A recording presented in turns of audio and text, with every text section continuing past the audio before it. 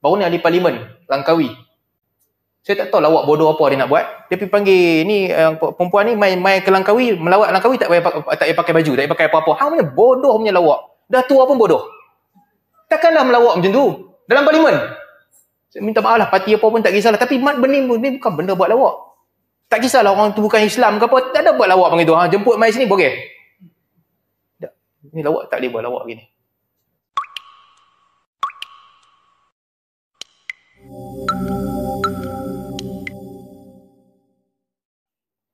Bismillah dah, stop lah. Antara benda yang Nabi SAW suka juga, selain daripada lawak ni, Nabi tak suka, cuma kadang-kadang Nabi SAW akan menyebutkan beberapa syair-syair Arab. Syair Arab Nabi sebut. Yang maksudnya bagus. Nabi tak hafal banyak syair. Tak banyak ucapan yang Nabi SAW sebut. Tapi ada beberapa yang kena diminda Nabi SAW, kena dengan situasi, Nabi sebut.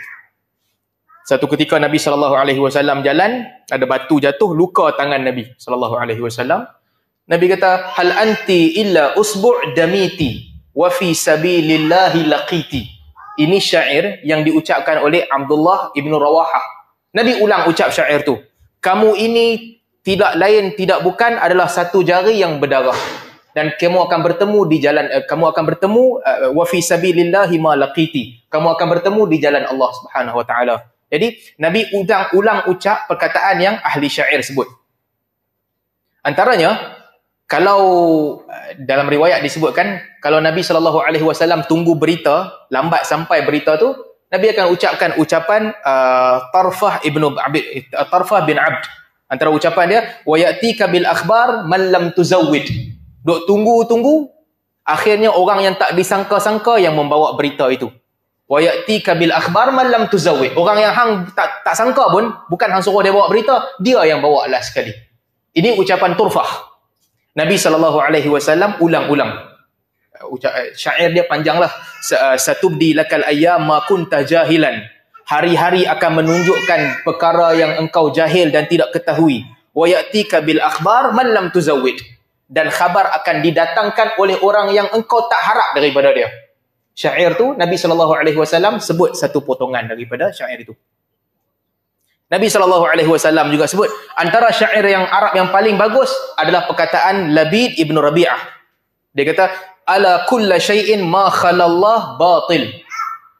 Sesungguhnya setiap perkara selain daripada Allah Subhanahu wa taala adalah batil. Nabi sebut perkataan tu. Dan antara ahli syair yang terkenal masa tu, Umayyah bin Abi Salt. Umayyah bin Abi Salt, dia mati jahiliyah. Dia hidup zaman Nabi SAW, tapi dia tak masuk Islam. Dia tak masuk Islam sampai dia mati. Nabi kata syair dia bagus. Kada Umayyah an yuslim. Nabi kata hampir-hampir dia ni jadi Islam. Sebab syair dia semua syair ketuhanan. Tapi dia tak ikut agama Nabi sampai dia mati. Mati dia mati jahiliyah. Tak mengaku Allah Ta'ala Tuhan, tak mengaku Nabi Rasul, mati dia jahiliyah. Tapi Nabi kata dia ni hampir-hampir jadi Islam sebab syair dia bagus. Dia yang ucap tu, subhana man la yaqdirul khalqu khalqahu wa man huwa fawqa al-'arsy fardadu malikun 'ala 'arsyis sama'i muhaiminun li'izzatihi ta'nil wujuh wa tasjudu. Kita dah ucap dulu ucapan Umayyah bin Abi Salt. Kafir. Dia kafir. Mati dia mati jahiliyah, tapi ucapan ketuhanan dia sangat bagus. Nabi kata keadaan Yuslim, hampir-hampir dia masuk Islam, tapi dia tak masuk Islam, dia kafir. Jadi syair-syair ni adalah perkataan yang Nabi SAW sebut sebahagian daripada dia. Nabi tak ambil tahu banyak syair, beberapa potongan daripada syair bila kena situasi kadang-kadang Nabi sebut. Kita tak ada syair. Kita ada lagu lah. Kita pantun sikit sangat. Kita bukan masyarakat yang menghafal pantun lah kan. Kita hafal pantun banyak-banyak. Lagu ni lain cerita lah. Cuma lagu kalau tuan-tuan perasan kan, masuk bab lagu sikit, sama jugalah fungsi dia macam syair. Ulama' khilaf lah tentang muzik tu. Tapi fungsi lagu ni macam syair juga, di mana ucapan-ucapan tu, banyak ucapan-ucapan tu yang membawa perkara mungkar. Banyak menyebut perkara-perkara mungkar. Tapi dalam masa yang sama, ada juga maksud yang bagus. Ada maksud yang bagus, yang kuat. Ada lagu JS Kevin apa semua kan. Siapa? Nasir sufi sikit lah. Sufi sikit. Samalah. Kebanyakan yang buat lagu ni sufi lah. Menggambarkan Tuhan dalam bentuk perempuan. Double meaning. Orang ingat puji perempuan. Tapi puji antara dua. Sekali imbas nampak macam puji perempuan. Tapi dia masukkan puji Tuhan. Nah, lagu-lagu gini. Ada maksud dia kadang-kadang. Banyaklah juga yang okey lah. Dulu-dulu zaman kita dengar lagu kan. Apa? Tak ya. Memori. Yang kali kita cerita. Jadi Arab jahiliah dahulu mereka hafal syair. Dan yang penting juga salah satu bila melawak ni kan.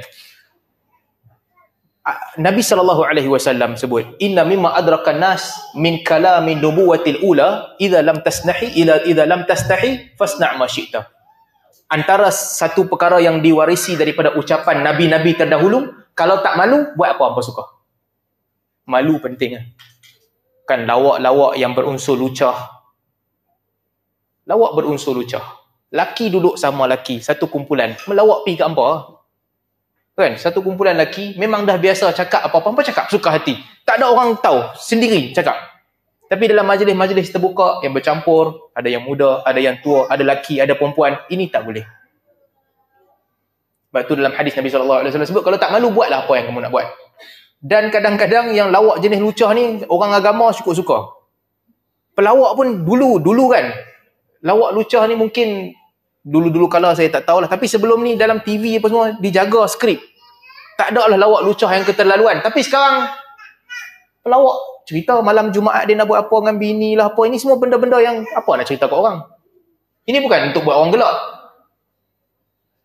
Kan cerita nak buat apa dan sebagainya, double meaning yang di tengah-tengah orang ramai. Bukan setakat pelawak, ustaz-ustaz pun sama. Suka cerita benda-benda gitu. Kita dengar kadang-kadang, kita tahu. Tak betul. Taklah sampai ke tahap macam tu. Nak menggambarkan sesuatu, tak perlulah melawak sampai sebut benda-benda begitu. Di depan orang ramai. Ni bukan pasal orang Kedah. Orang Kedah ramai suka bagi alasan tu. Orang Kedah memang cakap kasar. Pandai-pandai orang Kedah cakap kasar. Tak ada yang orang Kedah maki depan orang. Mana dalam majlis rasmi orang Kedah maki orang? Kalau sama-sama kawan cakap kasar, bukan dekat Kedah, semua negeri sama kawan pun macam tu. Dia bagi alasan, "Dok, kami orang Kedah memang cakap macam ni." Mana ada orang Kedah duduk majlis rasmi maki orang? Tak ada. Alasan ni semua alasan. Ada yang maki-maki dalam majlis. Cerita benda-benda dalam kain orang. Ini agama tak bagi. Walaupun kita, mungkin orang tu kreatif. Dia kreatif, dia boleh buat orang gelak. Tapi ini adab. Yang tak boleh, bukan untuk buat lawak. Banyaklah bila kita dengar, sepatutnya tak perlu diucapkan. Ucapan-ucapan sebut perkataan-perkataan begini. Baru ni ahli parlimen Langkawi. Saya tak tahu lawak bodoh apa dia nak buat. Dia pergi panggil ni perempuan ni mai ke Langkawi, melawat Langkawi tak payah pakai baju, tak payah pakai apa-apa. Hang punya bodoh punya lawak. Dah tua pun bodoh. Takkanlah melawak macam tu dalam parlimen. Saya minta maaf lah, parti apa pun tak kisahlah, tapi ni bukan benda buat lawak. Tak kisahlah orang tu bukan Islam ke apa, tak ada buat lawak begitu. Jemput mai sini boleh. Ni lawak tak boleh buat lawak gini. Jadi itu satu benda yang penting juga. Dalam keadaan tertutup, sama-sama sendiri, cakap, itu lain. Bukan untuk di depan orang ramai. Ada ucapan-ucapan begitu. Bila Abu Bakar Siddiq radhiyallahu anhu di medan perang. Saya minta maaf saya kena sebut. Nak bagi contoh je lah. Bila berlaku konfrontasi dengan musuh-musuh dengan Arab jahiliah, mereka kutuk Nabi SAW. Mereka kutuk, mereka kata para sahabat akan tinggalkan Nabi. Abu Bakar maki mereka.